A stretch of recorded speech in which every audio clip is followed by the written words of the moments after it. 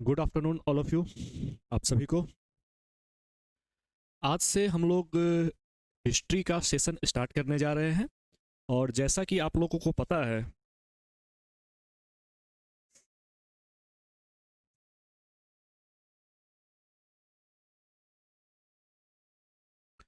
जो हिस्ट्री है, ठीक है, एक सेकेंड,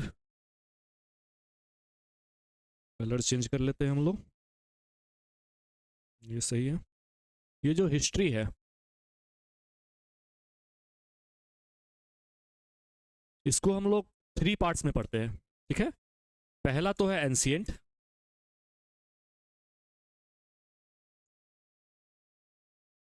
दूसरा है मिडेवल,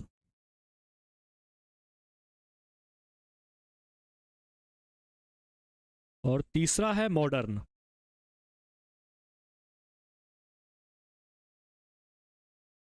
ठीक है, तीन पार्ट्स में हम लोग हिस्ट्री को पढ़ते हैं। एंशिएंट, ठीक है, प्राचीन भारत का इतिहास, मध्यकालीन भारत का इतिहास मेडिएवल, और मॉडर्न मतलब आधुनिक भारत का इतिहास। तो आज से हम लोग जो अपना सेशन स्टार्ट करने जा रहे हैं वो स्टार्ट करने जा रहे हैं एंशिएंट से, मतलब प्राचीन भारत के इतिहास से। और इस प्राचीन भारत के इतिहास का सबसे इंपॉर्टेंट टॉपिक जो हम आज लोग स्टार्ट करेंगे वो है सिंधु घाटी की सभ्यता, Indus valley civilisation. One of the most important topic, ठीक है, किसी भी वनडे एग्जाम के लिए, चाहे वो बिहार एसआई हो, चाहे वो एसएससी हो, चाहे वो आपका ग्रुप डी का एग्जाम हो, चाहे वनडे एग्जाम कोई भी हो, उसके लिए ये बहुत ही इंपॉर्टेंट टॉपिक है। और यहाँ से सवाल आते ही आते हैं। चाहे आप किसी भी ईयर का कोई भी क्वेश्चन उठा के देख लीजिए वनडे एग्जाम का, ऐसा कभी नहीं हुआ है जो यहाँ से एक या दो सवाल नहीं हो, जरूर रहते हैं। ठीक है, तो इसी के साथ शुरू करते हैं हम लोग बिना वक्त गवाए आज का सेशन। ठीक है, परिचय, इंट्रोडक्शन, ठीक है, इसके बारे में कुछ जान लेते हैं हम लोग। एक मिनट पहले हम लोग इसके बारे में पहले पढ़े कुछ, उससे पहले मैं आप लोगों को एक चीज बता दूं। सिंधु घाटी सभ्यता की जो खोज हुई थी वो हुई थी हमारा 1921 में, ठीक है। और आप लोगों को पता है 1921 का जो समय काल है वो गुलामी का समय काल है। उस समय हम क्या थे? गुलाम थे। किसके? अंग्रेजों के। उस समय हम लोग अंग्रेजों के गुलाम थे। और अंग्रेजों का मानना था कि उन्होंने हमें गुलाम नहीं बनाया, उन्होंने हमें गुलाम नहीं बनाया, वो तो हमें सभ्य करने आए थे। हम असभ्य थे। हमारी जो संस्कृति थी, हमारी जो सभ्यता थी, हमारी जो व्यवस्था थी, हमारी जो शिक्षा व्यवस्था थी, वो सारी क्या थी? बहुत ही लचर थी, उनसे बहुत ही खराब थी। उनकी जो ये सारी चीजें थी वो बहुत ही अच्छी थी, और वो क्या करने आए थे?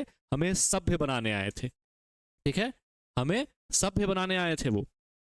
लेकिन जब 1921 में, ठीक है, दयाराम साहनी, दयाराम साहनी के द्वारा जब 1921 में सिंधु घाटी सभ्यता के पहले स्थल हड़प्पा की खोज की गई, और धीरे धीरे जब इनके कई स्थल सामने आए और इसका अध्ययन किया गया, तो जो संस्कृति का हमें पता चलता है, जिस सभ्यता का हमें पता चलता है, वैसी सभ्यता समकालीन विश्व में कहीं भी नहीं थी। ठीक है, अंग्रेजों को तो छोड़ दीजिए, पूरे विश्व की यदि बात करते हैं हम, तो वैसी सभ्यता पूरे विश्व में कहीं भी नहीं थी। वैसी नगर नियोजन, वैसी जल निकास प्रणाली, वैसे भवन निर्माण, कहीं भी वैसा व्यापार वाणिज्य, पूरे विश्व में वैसी व्यवस्था कहीं भी नहीं थी। तब जाके अंग्रेजों को लगा कि नहीं, ये जो है इसका अध्ययन करना बहुत जरूरी है। और सर जॉन मार्शल के नेतृत्व में दयाराम साहनी के द्वारा पहले हड़प्पा सभ्यता के स्थल, ठीक है, की खोज हुई थी 1921 में। ठीक है, चलिए शुरू करते हैं हम लोग अपने इस सेशन को।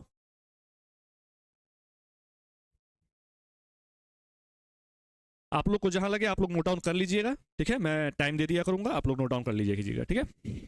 दुनिया की सबसे प्राचीन सभ्यता, पहला पॉइंट, दुनिया की सबसे प्राचीन सभ्यता में से एक है, ठीक है, सिंधु घाटी सभ्यता, जिसे हड़प्पा सभ्यता के नाम से भी जाना जाता है। One of the oldest civilisation, one of the oldest civilisation in the world is the Indus valley civilisation, also known as the Harappan civilisation. ठीक है, इसका विकास लगभग 3300 ईसा पूर्व से 1300 ईसा पूर्व के बीच में हुआ था। इसको बाय मिस्टेक ये 13 को आप 7 कर लीजिए, 1700, क्योंकि नवीन जो शोध है और अध्ययन है उसके अनुसार ये 1700 हो चुका है। तो 3300 से लेकर 1700 ईसा पूर्व के बीच इसका विकास हुआ था। और यह सभ्यता मुख्य रूप से आधुनिक पाकिस्तान और पश्चिमी भारत के सिंधु नदी के किनारे पनपी थी। ठीक है, इसकी जो लोकेशन थी मैं आपको अगले स्लाइड में मैप के थ्रू दिखाऊंगा। ये जो मुख्य रूप से जिस समय अभी भारत का बंटवारा हो चुका है, नहीं तो भारतीय उपमहाद्वीप में, ठीक है, भारतीय उपमहाद्वीप में आपको पाकिस्तान, अफगानिस्तान, ये सारे क्षेत्र, बलूचिस्तान वाले सारे क्षेत्र इकट्ठे ही आ जाते थे। ठीक है, तो उस समय जब अनडिवाइडेड इंडिया थी, उस समय का ये क्षेत्र था वो आधुनिक पाकिस्तान, वर्तमान का पाकिस्तान। और जो हमारा पश्चिमी भारत का क्षेत्र है सिंधु नदी वाला, सिंधु नदी की जितनी भी सहायक नदी है, झेलम, ब्यास, चेनाब, रावी, सतलज, ये सारी जो नदियां हैं इनके किनारे ये सभ्यता पनपी थी। और अपने समय की सबसे उन्नत, मैंने क्या बोला, सबसे डेवलप्ड और सबसे उन्नत सभ्यता थी और संगठित सभ्यताओं में से एक मानी जाती है। ठीक है, it developed between approximately 2700 BC and between 1700 BC. This civilization flourished primarily along the Indus River in modern day Pakistan and Western India and is considered one of the most advanced and organized civilization of its time. Okay? मतलब उस समय की सबसे सभ्य, सबसे उन्नत सभ्यताओं में से एक थी कौन? हमारी सिंधु घाटी की सभ्यता। क्लियर? सिंधु घाटी सभ्यता के कई महत्वपूर्ण केंद्र थे, कुछ महत्वपूर्ण स्थल थे। ठीक है, जैसे कि हड़प्पा, मोहनजोदाड़ो, कालीबंगा, लोथल, धौलावीरा, राखीगढ़ी। ठीक है, ये तो कुछ स्थल के नाम हमने दिए हैं जो महत्वपूर्ण स्थल थे। बाकी सिंधु सभ्यता के बहुत सारे स्थलों की खोज अभी तक की जा चुकी है। The Indus valley civilisation had several important centres including Harappa, Mohenjodaro, Kalibangan, Lothal, Dholavira and Rakhigarhi. Clear? बढ़ते आगे। अब सवाल ये है, how did the Indus valley gets its name? Sindhu घाटी का नाम कैसे पड़ा? ठीक है, आप इसके बहुत सारे नाम देखेंगे, जैसे कि सिंधु घाटी की सभ्यता, हड़प्पा सभ्यता, कांस्य युगीन सभ्यता, नगरीय सभ्यता, तो इसके अलग अलग नाम हैं और कई जगहों पे किसी किसी अन्य नामों से इसका बुलाया जाता है। लेकिन इसके पीछे रीजन क्या है, क्यों इसे अन्य नामों से, कहीं हड़प्पा सभ्यता के नाम से, कहीं सिंधु घाटी सभ्यता के नाम से, ऐसा क्या है इसमें? ठीक है, तो देखते हैं। यह सभ्यता सिंधु नदी घाटी के साथ साथ फली फूली। पहला रीजन, सिंधु नदी घाटी किसके आसपास फली फूली है? इसके जो अधिकांश स्थल मिले हैं, इसके जो अधिकांश स्थल मिले हैं वो सिंधु नदी घाटी के आसपास मिले हैं। ठीक है, इसीलिए इसे सिंधु घाटी सभ्यता कहा गया है। इसे सिंधु घाटी सभ्यता के नाम से हम लोग क्यों बुलाते हैं? क्योंकि इसके जो मोस्ट इंपॉर्टेंट साइट्स है, ठीक है, वो कहाँ मिले हैं? सिंधु नदी घाटी के आसपास के क्षेत्रों में मिले हैं। This civilization flourished along the Indus River Valley. Hence, it was called Indus Valley Civilization. आगे देखते हैं। इसे पहली ज्ञात शहरीकरण की घटना के रूप में भी जाना जाता है। It is also known as the first known urbanization event. Hence, called the first urban civilization. इसीलिए इसे प्रथम शहरी सभ्यता भी कहा जाता है। यहाँ एक शब्द आप लोग देख रहे होंगे, शहरीकरण। ठीक है, पहली नगरीय सभ्यता, पहली शहरी सभ्यता क्यों कहा जा रहा है इसे? इसके बारे में आप लोगों ने सोचा है कभी कि ऐसे क्या कारण थे जिस कारण से सिंधु घाटी को पहली नगरीय सभ्यता, पहली शहरी सभ्यता कहा जा रहा है? इसके बहुत सारे रीजन हैं, एक दो नहीं, कम से कम इसके 10 रीजन हैं जिस कारण से हम इसे प्रथम शहरी या प्रथम नगरी सभ्यता कहते हैं।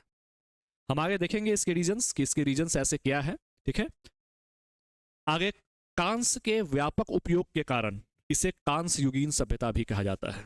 ठीक है, due to the wide spread use of bronze it is called the bronze age civilisation. क्योंकि इस सभ्यता में आपको पता होगा लोहे की खोज नहीं हुई थी। ठीक है, लोहे का ज्ञान इन्हें नहीं था, ये लोग लोहे से अपरिचित थे, ये कांसे का प्रयोग करते थे। ठीक है, इसीलिए कांसे का ये लोग मुख्य रूप से प्रयोग करते थे। इनके अधिकतर औजार, इनके आभूषण, इनके बर्तन, इनके जितने भी आपके सामग्री बने हुए थे, ठीक है, वो कांस्य के ही बने होते थे मुख्य रूप से, इसीलिए इसे कांस्य युगीन सभ्यता भी कहा जाता है। तो आपने नाम में देखा, 3 नाम देखने को आपको मिलते हैं। पहला तो हड़प्पा सभ्यता। हड़प्पा सभ्यता इसे क्यों कहा जाता है? क्योंकि हड़प्पा सभ्यता इसे इसलिए कहा जाता है क्योंकि इसका जो फर्स्ट साइट था 1921 में जॉन मार्शल जी के नेतृत्व में आपके दयाराम साहनी ने पहली साइट खोजी थी और उसका नाम था हड़प्पा। दैट्स वाई इसे हड़प्पा सभ्यता के नाम से भी जाना जाता है। ओके। और सिंधु नदी के किनारे इसके अधिकांश स्थल, जो प्रमुख अधिकांश स्थल है वो सिंधु नदी घाटी के किनारे मिले हैं। इस कारण से इसे सिंधु नदी घाटी की सभ्यता भी कहा जाता है।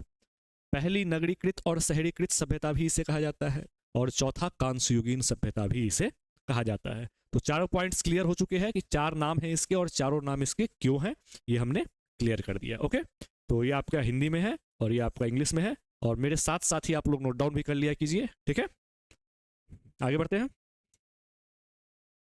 हाँ, geographical expansion of Indus valley civilization, Sindhu घाटी सभ्यता का भौगोलिक विस्तार। ठीक है, जैसे कि आप अपने भारत का भौगोलिक विस्तार देखते होंगे, उत्तर में क्या है, जम्मू कश्मीर, दक्षिण में क्या है, तमिलनाडु, पूर्व में क्या है, तो अरुणाचल प्रदेश, और पश्चिमी स्थल कौन सा है सबसे, तो गुजरात। ठीक है, उसी प्रकार से सिंधु घाटी सभ्यता के भी जब हम भौगोलिक विस्तार की बात करते हैं तो इसकी सबसे उत्तरी सीमा जो है वो होती है मांडा।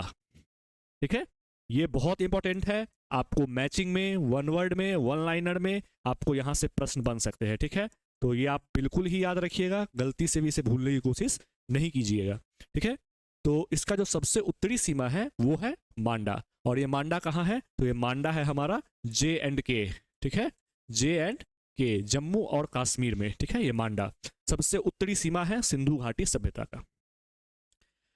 सबसे दक्षिणी सीमा की बात करें तो सबसे दक्षिणी सीमा है इसकी दैमाबाद। सबसे उत्तरी सीमा मांडा, सबसे दक्षिणी सीमा दैमाबाद, और ये दैमाबाद कहाँ है, तो दैमाबाद है महाराष्ट्र। ठीक है, महाराष्ट्र में। ठीक है, दैमाबाद कहाँ है, दैमाबाद महाराष्ट्र में है। ओके, आगे बढ़ते हैं। सबसे पूर्वी सीमा है इसकी आलमगीरपुर। ठीक है, और ये आलमगीरपुर कहाँ है, तो ये आलमगीरपुर है यूपी में। ये आलमगीरपुर कहाँ है, ये आलमगीरपुर यूपी में है। ठीक है, और सबसे पश्चिमी सीमा है इसकी सुतकांगडोर। ठीक है, उत्तरी सीमा कौन सी है, सबसे उत्तरी सीमा है इसकी मांडा। ठीक है, जम्मू कश्मीर में। दक्षिणी सीमा है दैमाबाद महाराष्ट्र में। पूर्वी सीमा है आलमगीरपुर जो है आपकी यूपी में, और पश्चिमी सीमा जो है वो है सुतकांगडोर जो है आपका बलूचिस्तान में, वर्तमान का बलूचिस्तान। ठीक है, तो ये आप बिल्कुल याद रखिएगा, उत्तर, दक्षिण, पूर्व और पश्चिमी सीमा आपको याद रहना चाहिए। आगे बढ़ते हैं। सिंधु घाटी सभ्यता की खोज, discovery of Indus valley civilization, क्या कहानी है भाई। सर्वप्रथम चार्ल्स मैसन, नाम याद रखिएगा, 1826। सर्वप्रथम चार्ल्स मैसन ने 1826 में सिंधु घाटी सभ्यता का पता लगाया था। इसके कुछ स्थल का पता लगाया था, ना कि सिंधु घाटी सभ्यता का पता लगाया था। हुआ क्या था, तो 1826 में महोदय चार्ल्स मैसन के द्वारा कुछ स्थल, इन्हें लग रहा था कि कोई ऐसी चीज तो जरूर है जो हमसे छिपी हुई है। इन्होंने प्रयास भी किया, लेकिन दुर्भाग्यपूर्ण उस समय किसी भी प्रकार की आर्कियोलॉजिकल सर्वे ऑफ इंडिया की स्थापना नहीं हुई थी। आप लोगों को पता होगा 1904 लॉर्ड कर्जन के द्वारा ASI की स्थापना हुई थी। ठीक है, ASI की स्थापना लॉर्ड कर्जन के द्वारा 1904 में हुई थी, तो इनको इतना सपोर्ट नहीं मिला। ठीक है, और इस कारण से इन्होंने इसमें इतनी रुचि दिखा भी नहीं पाई और इन्हें वापस बुला लिया गया, और ये कहानी यहीं पर क्या हुई, समाप्त हो गई। ठीक है, Charles Masson first discovered the Indus valley civilization in 1826। आगे कहानी देखते हैं। 1921 की कहानी है अब। ठीक है, आर्कियोलॉजिकल सर्वे ऑफ इंडिया की स्थापना हो चुकी है, और इसके जो उस समय 1921 में अध्यक्ष थे वो थे सर जॉन मार्शल। कौन थे अध्यक्ष, सर जॉन मार्शल। ओके, इनके नेतृत्व में दयाराम साहनी नाम के एक व्यक्ति ने, एक पुरातत्ववेदा ने क्या की थी, हड़प्पा नामक नगर का पता लगाया था। Okay, in 1921 under the leadership of sir John Marshall, the chairman of archaeological survey of India, archaeologist Dayaram Sahni conducted excavation and discovered it's main city Harappa. Okay, कौन थे chairman of archaeological survey of India, तो नाम याद रखिएगा 1921 में sir John Marshall. ठीक है, और पहले साइट का खोज किसने किया था, बहुत इंपॉर्टेंट है, पहला बहुत ही इंपॉर्टेंट होता है। ठीक है, पहला, सबसे बड़ा, सबसे मुख्य, ये बहुत इंपॉर्टेंट होता है किसी भी एग्जाम के पॉइंट ऑफ व्यू से। तो 1921 में सबसे पहले स्थल हड़प्पा की खोज की थी किसने, मिस्टर दयाराम साहनी ने। किसके नेतृत्व में खोज की गई थी, सर जॉन मार्शल के। आगे बढ़ते हैं। और सर्वप्रथम हड़प्पा स्थल की खोज हुई थी। मैंने आपको पिछले स्लाइड में बताया था कि हड़प्पा सभ्यता क्यों कहा जाता है, क्योंकि फर्स्ट साइट जो खोजी गई थी वो थी Harappa. Due to the discovery of the Harappan site for the first time it was named Harappan civilization. Clear है? तो इसमें कुछ पॉइंट्स आप याद रखिएगा, जैसे कि 1921 वाला पॉइंट याद रखिएगा, बहुत ही इंपॉर्टेंट है। ठीक है, आगे बढ़ते हैं। 1922 में, ठीक है, 1922 में 1922 में राखलदास बनर्जी, ये दूसरा नाम आ गया, राखलदास बनर्जी के द्वारा मोहनजोदड़ो, बहुत ही इंपॉर्टेंट साइट है, बहुत ही महत्वपूर्ण स्थल है सिंधु घाटी सभ्यता का ये। ठीक है, मोहनजोदड़ो जिनकी खोज किसने की थी? राखलदास बनर्जी ने 1922 में। ठीक है, Mohenjodaro the site of Indus valley civilization was discovered by Rakhaldas Banerjee in 1922। सिंधु घाटी सभ्यता के निर्माता के निर्धारण का महत्वपूर्ण स्रोत उत्खनन से प्राप्त मानव कंकाल है। ठीक है, उत्खनन से प्राप्त मानव कंकाल है। जब भी उत्खनन होता है, कुछ चीजें जान लीजिए यहां पे आप, कोई भी जब एक्सकेवेशन होती है, उत्खनन होता है, तो किसी भी चीज के बारे में जानकारी का हमारे पास मुख्य रूप से दो स्रोत होते हैं। कितने स्रोत होते हैं? दो स्रोत होते हैं। एक ब्लैंक स्लाइड हम लोग लेते हैं। कितने सोर्स होते हैं? दो स्रोत होते हैं। एक तो होता है पुरातात्विक,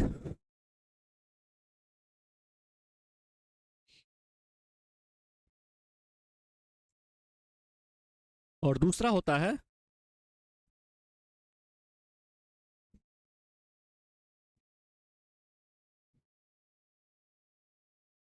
साहित्यिक। ठीक है, एक होता है पुरातात्विक स्रोत और एक होता है साहित्यिक स्रोत।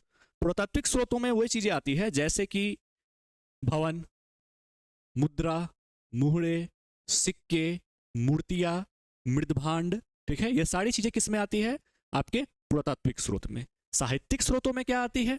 साहित्यिक स्रोतों में ग्रंथ, उपनिषद, ठीक है, किसी की प्रशस्ति, किसी के प्रशंसा में लिखी गई कोई चीजें। ठीक है, तो ये सारी चीजें साहित्यिक स्रोत में आती है। लेकिन सिंधु घाटी सभ्यता के साथ, इंडस वैली सिविलाइजेशन के साथ एक समस्या ये है कि इसके जो साहित्यिक स्रोत है, जो लिखित स्रोत है, वे अभी तक पढ़े ही नहीं जा सके हैं। ठीक है, पढ़े नहीं जा सके हैं कि उन्होंने किस लिपि का प्रयोग किया, ये अभी तक हमें पता नहीं है। सबसे बड़ी समस्या ये है सिंधु घाटी सभ्यता के साथ।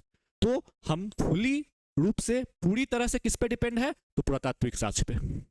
अभी तक जितनी भी अध्ययन हुए हैं सिंधु घाटी सभ्यता के बारे में, वो पूरी तरह से किस पर निर्भर है? तो केवल और केवल पुरातात्विक स्रोतों पे ही निर्भर है। साहित्यिक स्रोत तो हम लोग सिंधु घाटी सभ्यता के पढ़ ही नहीं पाए। ठीक है, आते हैं अपने स्लाइड पे वापस।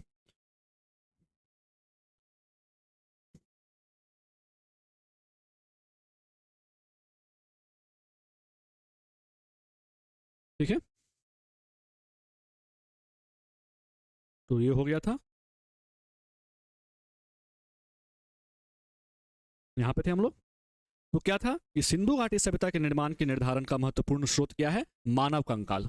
जैसा कि हमने आपको बताया, पुरातात्विक स्रोत में क्या आते हैं? भवने आते हैं, सिक्के आते हैं, मुहरे आते हैं, मूर्तियां आती है, मृदभांड आते हैं, जितने भी फिजिकल एब्सेंस वाले चीज है, ठीक है, जिनका भी प्रेजेंटेशन फिजिकली हो रहा है, ठीक है, और जिन्हें हम पढ़ पा रहे हैं, वे साहित्यिक स्रोत है। तो मानव कंकाल मुख्य आधार है सिंधु घाटी सभ्यता के बारे में जानकारी एकत्रित करने का। और सबसे अधिक मानव कंकाल कहां से मिले हैं? तो वो मोहनजोदड़ो से मिले हैं। याद रखिएगा, an important source for determining the creature of Indus valley civilization is the human skeletons. इसके जो निर्धारण, इसके क्रिएटर्स को जो निर्धारण जो हम लोग किया है, उसके मुख्य भूमिका क्या निभा रही है? तो वो स्केलेटन्स निभा रहे हैं। और सबसे ज्यादा स्केलेटन्स कहां से मिले हैं हमें? तो मोहनजोदड़ो से मिले हैं। ठीक है, सबसे ज्यादा स्केलेटन्स हमें कहां से मिले हैं? मोहनजोदड़ो से मिले हैं। सिंधु घाटी सभ्यता में सबसे ज्यादा भूमध्य सागरीय प्रजाति के लोग रहते थे। फैक्ट याद रखिएगा, मेडिटेरियन जो प्रजाति के लोग थे, भूमध्य सागरीय प्रजाति के, वो इंडस वैली सिविलाइजेशन में सबसे ज्यादा रहते थे। क्लियर? आगे बढ़ते हैं। अब आ जाइए, हमने आपको दूसरे स्लाइड में बताया था कि सिंधु घाटी सभ्यता एक सबसे अद्भुत सभ्यता थी, बहुत ही विलक्षण सभ्यता थी, बहुत ही विशेष सभ्यता थी। क्यों थी? हमने आपसे कहा था कि सिंधु घाटी सभ्यता का इंपॉर्टेंस इतना ज्यादा क्यों था? क्यों कहा जा रहा था कि उस समय कालीन जितनी भी सभ्यता थी उसमें सबसे अलग सभ्यता कोई थी और सबसे ज्यादा नगरीकृत, सबसे ज्यादा शहरी सभ्यता जो कहा जा रहा है कि प्रथम नगरीय सभ्यता जो थी भारत की वो सिंधु घाटी सभ्यता थी, ऐसा क्यों कहा जा रहा था? क्या वजह थी जो इसे प्रथम नगरीय सभ्यता कहा जा रहा था? देखिए, उस समय कालीन की सबसे उत्तम सभ्यता यदि किसी को मानी जा रही थी वो सिंधु घाटी सभ्यता को मानी जा रही थी। इसके पीछे रीजन क्या है? तो इसका नगर नियोजन, ठीक है, इसका सिटी प्लानिंग। सिंधु घाटी सभ्यता की जो नगर नियोजन व्यवस्था थी, सिटी प्लानिंग थी, वो सबसे बेस्ट थी। ठीक है, सिंधु घाटी सभ्यता एक नगरीय सभ्यता थी। इसकी सबसे बड़ी विशेषता क्या थी? वो थे पर्यावरण के अनुकूल इसका अद्भुत नगर नियोजन तथा जल निकास प्रणाली। इसकी जो नगर नियोजन थी, आप आज के समय में भी पटना देख रहे हैं, आप पटना में रह रहे हैं, ठीक है, और आज भी यदि आप देखेंगे तो आपको पता चलेगा कि बरसात में शहरों में क्या होते हैं, पानी लग जाते हैं, बड़े बड़े शहरों में लग जाते हैं पानी। ठीक है, बड़े बड़े शहरों में बरसात के दिनों में पानी जमा हो जाता है। आप कचरा का प्रबंधन सही नहीं है, लेकिन सिंधु घाटी सभ्यता जो इतनी विलक्षण थी कि जो इनकी सड़कें थी वो एक तरह की बनाई गई थी और समकोण पर काटती थी सड़कें।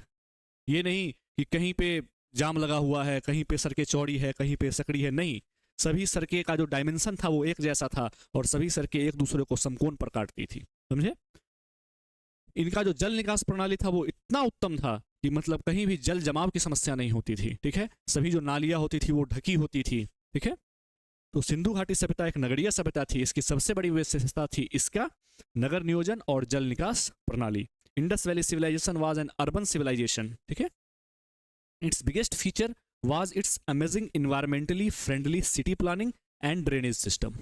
ओके, सड़कें एक दूसरे को समकोण पर काटती थी, मैंने बताया आपको, सड़कें एक दूसरे को समकोण पर काटती थी तथा लगभग सभी नगर दो भागों में विभाजित थे। ठीक है, नगर क्या थे? इनके जो नगर होते थे वो दो भागों में विभाजित होते थे। मैं आपको बताता हूं, आप यहां पे एक बार ध्यान देंगे।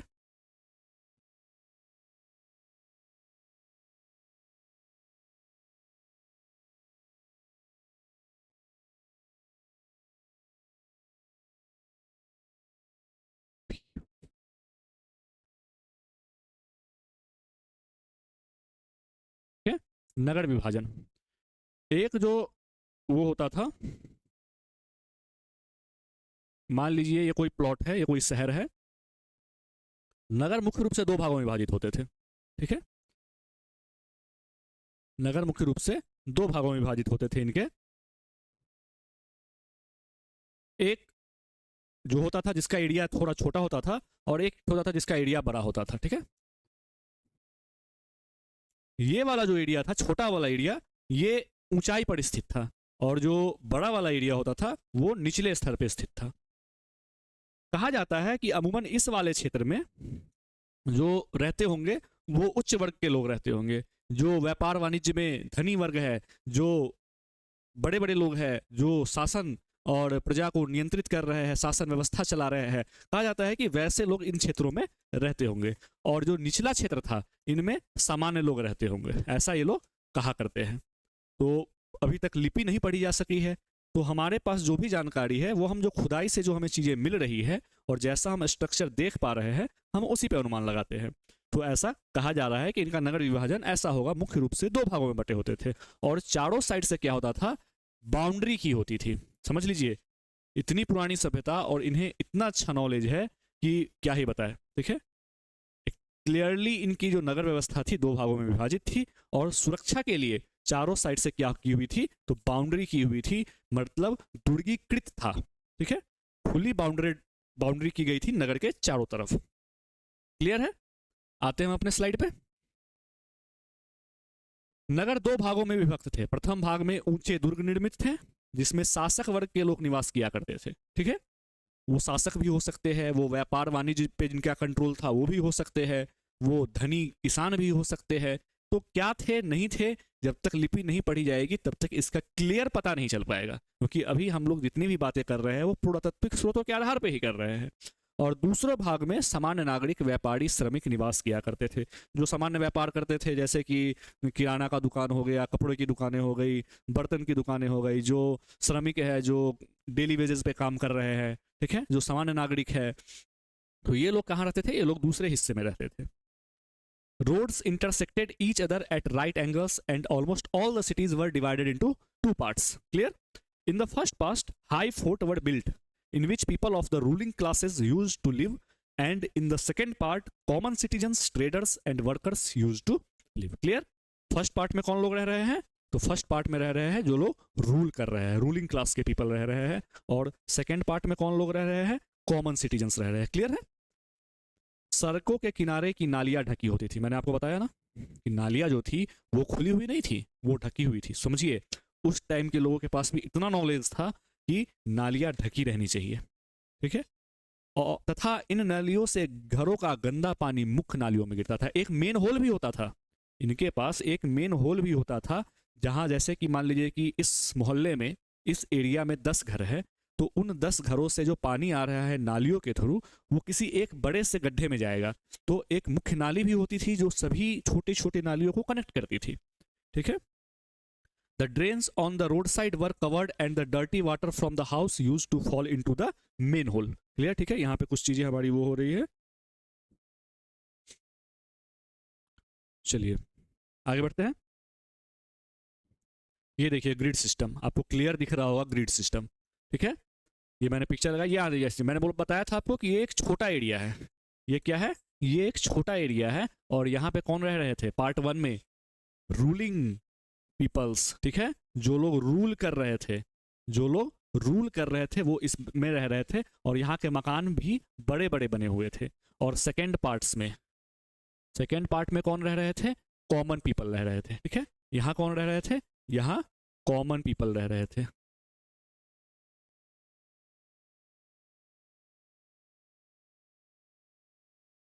यहाँ रह रहे थे हमारे कॉमन पीपल. ठीक है?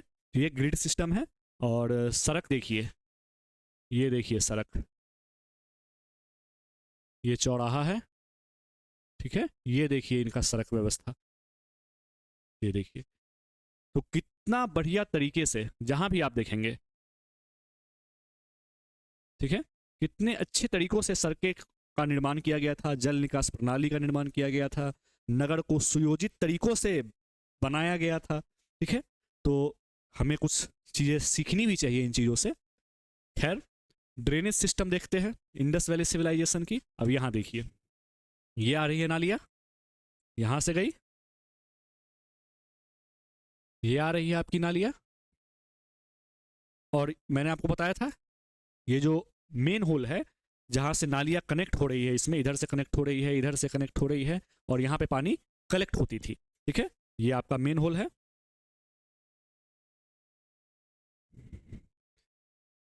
ठीक है? आगे देखते हैं. सिटी प्लानिंग पे ही थी बात. सिंधु घाटी सभ्यता के लोग लगभग सभी शहरों में पकी हुई ईंटों का प्रयोग करते थे. ठीक है? One of the most important things कि यहाँ पकी हुई ईंटों का प्रयोग हो रहा था. मतलब कि कच्ची, जैसे कि आप देखेंगे इसके समकालीन जो है मेसोपोटामिया की सभ्यता है, सिंधु घाटी सभ्यता के समकालीन है, पैरेलल चल रही थी, वहां भी पक्की ईंटों का प्रयोग नहीं हो रहा था, वहां कच्ची ईंटों का प्रयोग हो रहा था. लेकिन सिंधु घाटी सभ्यता में क्या था? पक्की ईंटों का प्रयोग हो रहा था. ओके? केवल कालीबंगा और रंगपुर को छोड़कर, याद रखिएगा ये फैक्ट, एग्जाम में क्वेश्चन डायरेक्ट आते हैं यहां से कि किन स्थानों से पकी हुई ईंटों का साक्ष्य नहीं मिलता है. तो 2 स्थान हैं, एक कालीबंगा और एक रंगपुर. ठीक है? Baked bricks were used in almost all the cities of the Indus valley civilization except Kalibanga and Rangpur. ये दोनों नाम बहुत इंपॉर्टेंट है, याद रखिएगा कि कालीबंगा और रंगपुर को छोड़कर सभी स्थानों पर क्या था? पकी हुई ईंटों का प्रयोग हो रहा था. आमतौर पर प्रत्येक घर में एक आंगन, एक रसोई घर, एक स्नानागार तथा अधिकांश घरों में कुओं के अवशेष मिले हैं. मतलब घर भी जो बनाए जा रहे थे वो भी वेल फर्निश्ड बनाए जा रहे थे. देख रहे हैं आप, generally every house courtyard, kitchen, bathroom और एक कुआं तो जरूर ही होता था. ठीक है? सामान्यतः नगरों के चारों ओर प्राचीर बनाकर किलेबंदी की जाती थी. मैंने आपको पहले भी बताया कि जो भी नगर थे उनके चारों साइड से बाउंड्री किए जाते थे सुरक्षा की दृष्टि से. Generally fortification was done by buildings ramparts around the cities. ठीक है? फोर्टिफिकेशन किए जाते थे सुरक्षा की दृष्टि से. मोहनजोदड़ो का विशाल स्नानागार, ठीक है, मोहनजोदड़ो का विशाल स्नानागार सैंधव सभ्यता का अद्भुत निर्माण है, जबकि अन्नागार सिंधु सभ्यता की सबसे बड़ी इमारत है. यहां ध्यान रखिएगा, मोहनजोदड़ो से एक विशाल स्नानागार मिला है, ठीक है, एक पाउंड मिला है बहुत बड़ा, मैं आपको अगले स्लाइड में दिखाऊंगा। वो बहुत ही आपका अद्भुत निर्माण माना जाता है सिंधु घाटी सभ्यता का। और जो अन्नागार मिला है, अन्नागार को ऐसे कहते हैं जहाँ पे अन्नों को इकट्ठा किया जाता था, ठीक है, अन्न जो होते हैं, ग्रेन्स को स्टोर किया जाता था, उनको अन्नागार कहते हैं, ठीक है। घरों के दरवाजे एवं खिड़कियां मुख्य सड़क पर ना खुलकर गलियों में खुलती थी, लेकिन लोथल इसका अपवाद है, बहुत इंपॉर्टेंट है, ठीक है, लोथल। यहां समझते हैं एक चीज, घरों के दरवाजे और खिड़कियां मेन रोड पे नहीं खुलती थी, ठीक है, मेन रोड पे नहीं खुलती थी, गलियों में खुलती थी, ठीक है। लेकिन लोथल जो है इसका अपवाद है, लोथल की खिड़कियां कहाँ गलियों में खुलती, गलियों को छोड़कर मेन रोड के साइड खुलती थी। ऐसा क्यों था? धूल मिट्टी गंदगी घरों में प्रवेश ना करे, इसीलिए ये लोग रोड के किनारे पे अपनी खिड़कियां ना देकर अपने गलियों के साइड में देते थे, पीछे के साइड में खिड़कियां और गेट दरवाजे देते थे ये, ठीक है। The doors and the windows of the houses did not open onto the main road but into the streets, but Lothal is an exception to this, ठीक है, लोथल इसका एक्सेप्शन है, याद रखिएगा, यहाँ से क्वेश्चन आते हैं कि ऐसा कौन सा स्थान है जिनकी खिड़कियां और दरवाजे गलियों में ना खुलकर सड़कों की तरफ खुलते थे, तो लोथल इसका आंसर होगा। क्लियर? आगे बढ़ते हैं।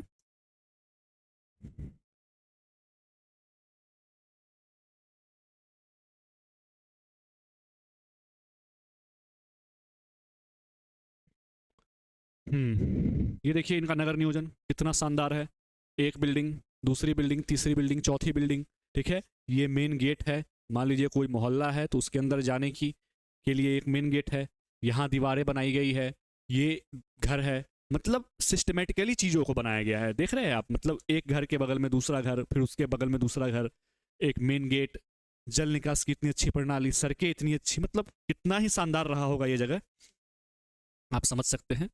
द स्ट्रीट्स ऑफ मोहनजोदड़ो, ठीक है, ये गलियां है, देखिए एकदम क्लियर, साफ सुथरी, ठीक है, और चौड़ी चौड़ी सड़कें हैं, और यही है विशाल स्नानागार, ठीक है, द ग्रेट पाथ। कहा जाता है कि इसका प्रयोग धार्मिक अनुष्ठानों के लिए किया जाता होगा, ठीक है, मान लीजिए जैसे कि अभी आप देख रहे हैं महाकुंभ स्टार्ट हुआ है और लोग धार्मिक स्नान के लिए जाते हैं, तो कहा जाता है कि मोहनजोदड़ो में ये विशाल स्नानागार बनाया गया होगा और इसमें पानी भर के रखा जाता था, धार्मिक कार्यों के समय लोग आते होंगे और इसमें स्नान करते होंगे, और यहाँ पे छोटे छोटे कमरे बनाए हुए थे, ठीक है, कपड़े वगैरह बदलने के लिए, ठीक है, रहने के लिए छोटे छोटे कमरे और कपड़े बदलने के लिए छोटे छोटे कमरे बनाए गए थे, और नालियों से कहा जाता है कि इसमें पानी भरा जाता था, ठीक है, पाइप से अलग से इसमें पानी भरे जाते थे, धार्मिक अनुष्ठान वगैरह होते थे तो उस समय पे आप इसका लोग प्रयोग किया करते थे, ऐसा अभी तक माना जा रहा है शोधकर्ताओं के द्वारा। बाकी चीजें देखते हैं। सिंधु घाटी सभ्यता का सामाजिक जीवन, ठीक है, social life of Indus valley civilization, सामाजिक जीवन कैसा था इनका। हमने अभी नगर नियोजन पढ़ा है और नगर नियोजन में हमने बहुत सारी चीज़ें पढ़ी है, जैसे कि इनकी सड़कें कैसी थी, इनका भवन कैसा था, इनकी जल निकास प्रणाली कैसी थी, इनके दुर्ग निर्माण की कला इनको नॉलेज था या नहीं था। तो हमने ओवरऑल देखा इनको हर एक चीज़ का नॉलेज है, सड़कें कैसे बनानी है, घर कैसे बनाने हैं, नगरों को सुरक्षित कैसे करना है, जल निकास की व्यवस्था कैसे करनी है, ठीक है, कचरों का प्रबंधन कैसे करना है, तो हर चीज़ का नॉलेज इनको ओवरऑल था।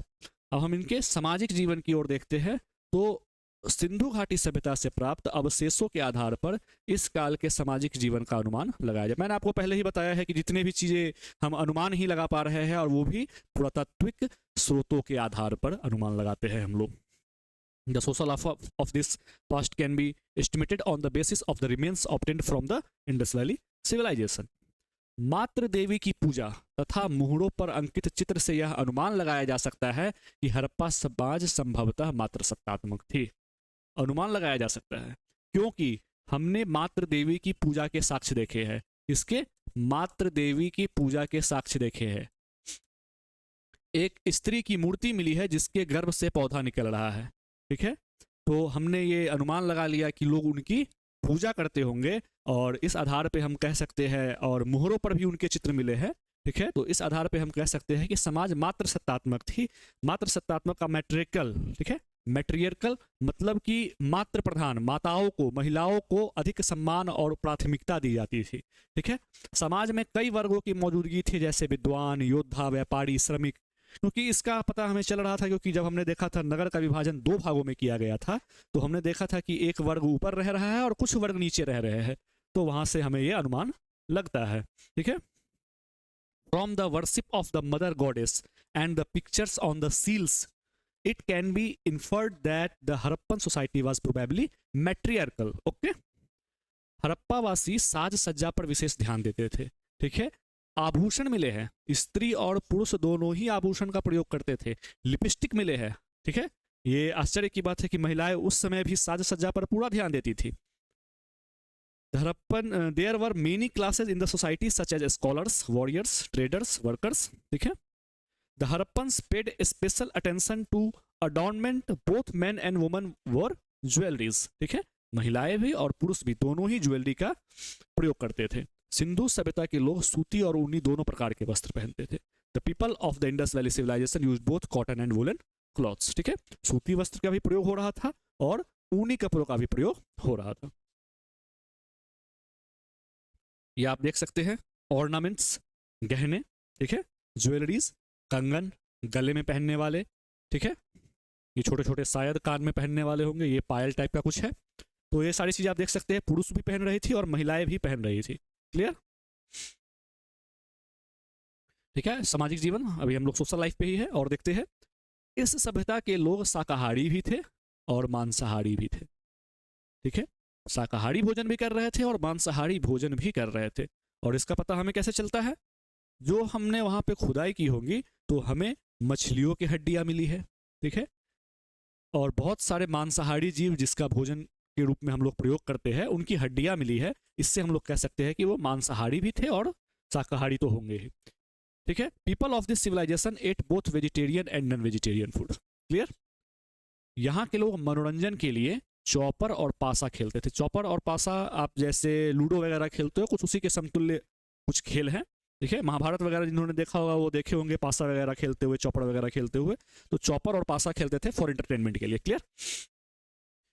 गणित, यहाँ के लोगों को आप देखिए, नॉलेज की यदि बात करें तो यहाँ के लोगों को गणित, धातु बनाना, धातु निर्माण, माप तौल करना, ग्रह नक्षत्र, मौसम विज्ञान इत्यादि सभी चीजों की जानकारी थी। मतलब यहाँ के लोग पढ़े लिखे भी बहुत थे। नॉलेज की यदि बात करें तो इनको मैथमेटिक्स का नॉलेज था यहाँ के लोगों को, मेटल धातु बनाने का नॉलेज था इन्हें, मेजरमेंट सिस्टम का नॉलेज था इन्हें। ठीक है, प्लानेटरी कॉन्स्टिलेशन का नॉलेज था, मतलब ग्रह नक्षत्र का, और मेट्रियोलॉजी मतलब मौसम विज्ञान का नॉलेज, इन सभी को यहाँ के लोगों को था। सैंधव सभ्यता के लोग युद्ध प्रिय कम थे, शांति प्रिय ज्यादा थे। अब इस बात का पता कैसे चला भाई कि ये लोग युद्ध प्रिय कम थे, शांति प्रिय ज्यादा थे? तो इस बात का पता चलता है कि यहाँ की जो खुदाई हुई थी उसमें जितने भी अस्त्र शस्त्र होते हैं लड़ाई करने वाले, जैसे तलवार हो गया, तीर कमान हो गया, भाले हो गए, बर्छे हो गए, ठीक है, ढाल हो गई, इन चीजों की प्राप्ति नहीं हुई है। ठीक है, तो इससे हम लोग ये कह सकते हैं कि ये लोग युद्ध प्रिय कम थे और शांति प्रिय ज्यादा थे। द पीपल ऑफ सैंधव civilization were less war loving and more peace loving. Clear? आगे बढ़ते हैं।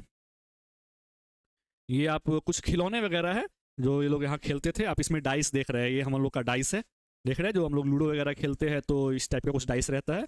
ये कुछ बैलगाड़ी टाइप का इनका खिलौना है। तो यही चीज़ों का ये लोग प्रयोग करते थे मनोरंजन के लिए। ठीक है, आर्थिक जीवन आज रहने दिया जाए कि आगे भी किया जाए टॉपिक? चलिए एक स्लाइड और कर लेते हैं, फिर हम लोग आगे कल कैरी ऑन करेंगे। लास्ट स्लाइड है ये, आर्थिक जीवन। ठीक है, economic life of Indus valley civilization के लोगों की इकोनॉमिक लाइफ कैसी थी, आर्थिक जीवन इनका कैसा था? तो इनकी उन्नति का सबसे प्रमुख कारण था कृषि और व्यापार। यहाँ के लोगों के जो इतना डेवलप ये लोग कर रहे थे, क्योंकि विदाउट कृषि के, यहीं आपकी कृषि व्यवस्था अच्छी नहीं होगी तो फिर आप खाओगे क्या? और कृषि में जो उत्पादन हो रहा है वो यदि सरप्लस नहीं होगा, मतलब आप अधिशेष उत्पादन नहीं करोगे तो फिर आप बेचोगे क्या? और बेचोगे नहीं तो फिर अर्निंग कहाँ से होगी, है ना? तो ये लोग कृषि की, इन लोग की इतनी उन्नत व्यवस्था थी कि ये लोग अपने खाने के लिए तो कर ही रहे थे, साथ में सरप्लस उत्पादन भी कर रहे थे और उसका व्यापार कर रहे थे साथ में। ठीक है, तो इनके जो उन्नति का सबसे प्रमुख कारण क्या था? तो advance agriculture and trade. Clear?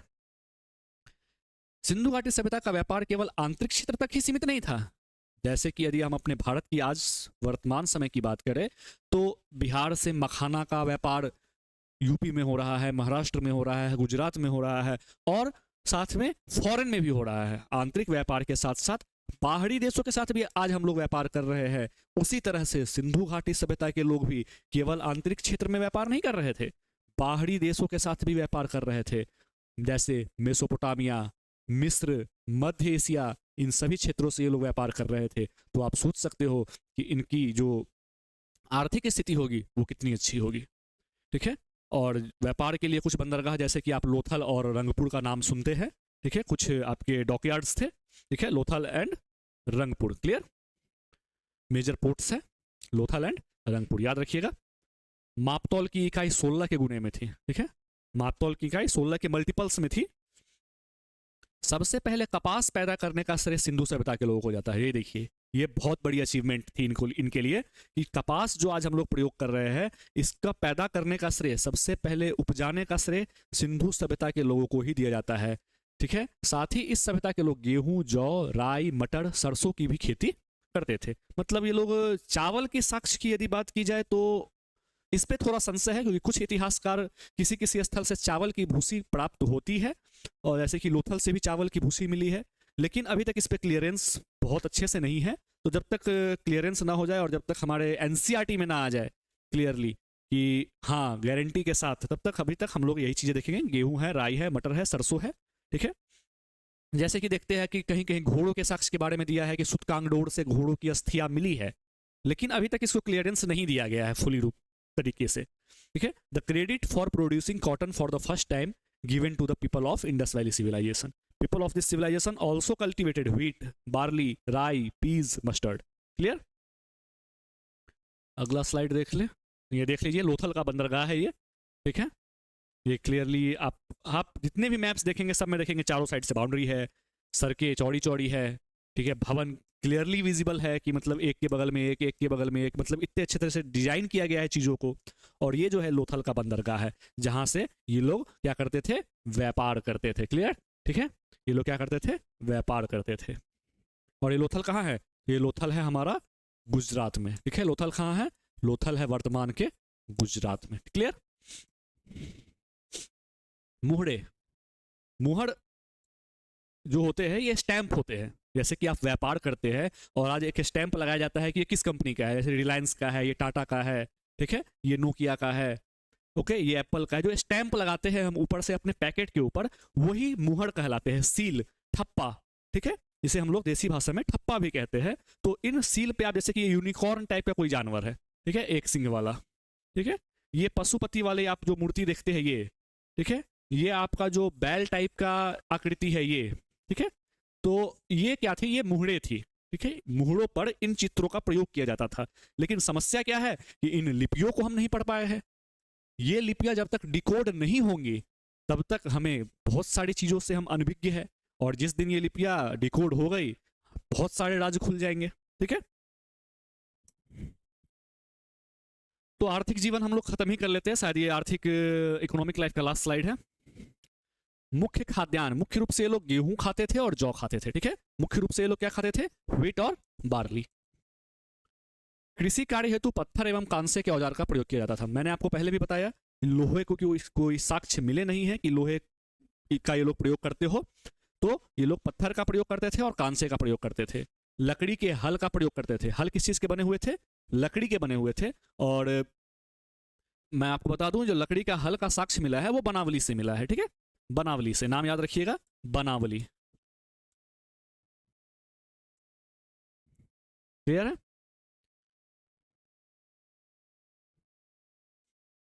आते हैं वापस। The main food grains, wheat and barley, stone and bronze tool were used for agriculture work.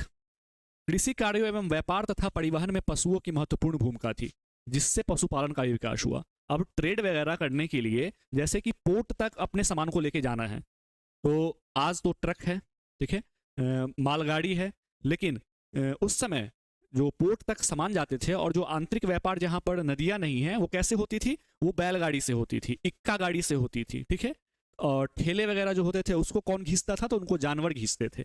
तो उनको जानवर द्वारा उनकी जो ट्रेडिंग होती थी, तो पशुपालन यदि आप नहीं कीजिएगा, ठीक है, पशुपालन यदि नहीं कीजिएगा तो फिर जानवर आएंगे कहाँ से? तो इससे क्या हुआ, पशुपालन का भी विकास हुआ। Animals played an important role in agriculture work, trade and transportation. Agriculture में भी यूज हो रही थी, जुताई वगैरह में, ठीक है, व्यापार में भी हो रही थी यूज, और ट्रांसपोर्टेशन में भी इसका यूज हो रहा था।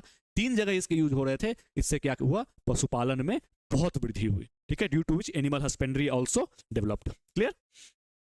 पशुओं में कुबड़ वाला बैल, ठीक है, भेड़, बकरी, हाथी, भैंस, कुत्ते आदि होने के अनुमान है, ठीक है। कुबड़ वाला बैल तो वैसे बहुत ही इंपॉर्टेंट यहाँ का एनिमल माना जाता है, मतलब बहुत ही महत्वपूर्ण जानवर यहाँ का माना जाता है कुबड़ वाला बैल, जिसको आज भी हम लोग उसको धार्मिक दृष्टिकोण से जोड़कर देखते हैं, ठीक है, और उसको श्रद्धा का प्रतीक मानते हैं, ठीक है। ये जो है पशुपालन एवं कृषि के, जैसे आप देख रहे होंगे यहाँ पे ये लोग पीठ पर कुछ अनाज लाद के ले जा रहे हैं, यहाँ पे ये कोई कुदाल जैसी चीज़ें चला रहा है, यहाँ पे आप जानवर देख रहे हैं, ये इनके कंधे पे आप हल जैसी आकृति देख रहे हैं, यहाँ जानवर है, यहाँ भी आप कुछ हल जैसी आकृति देख रहे हैं, ठीक है। तो ये कुछ पशुपालन के साक्ष्य हैं, ठीक है।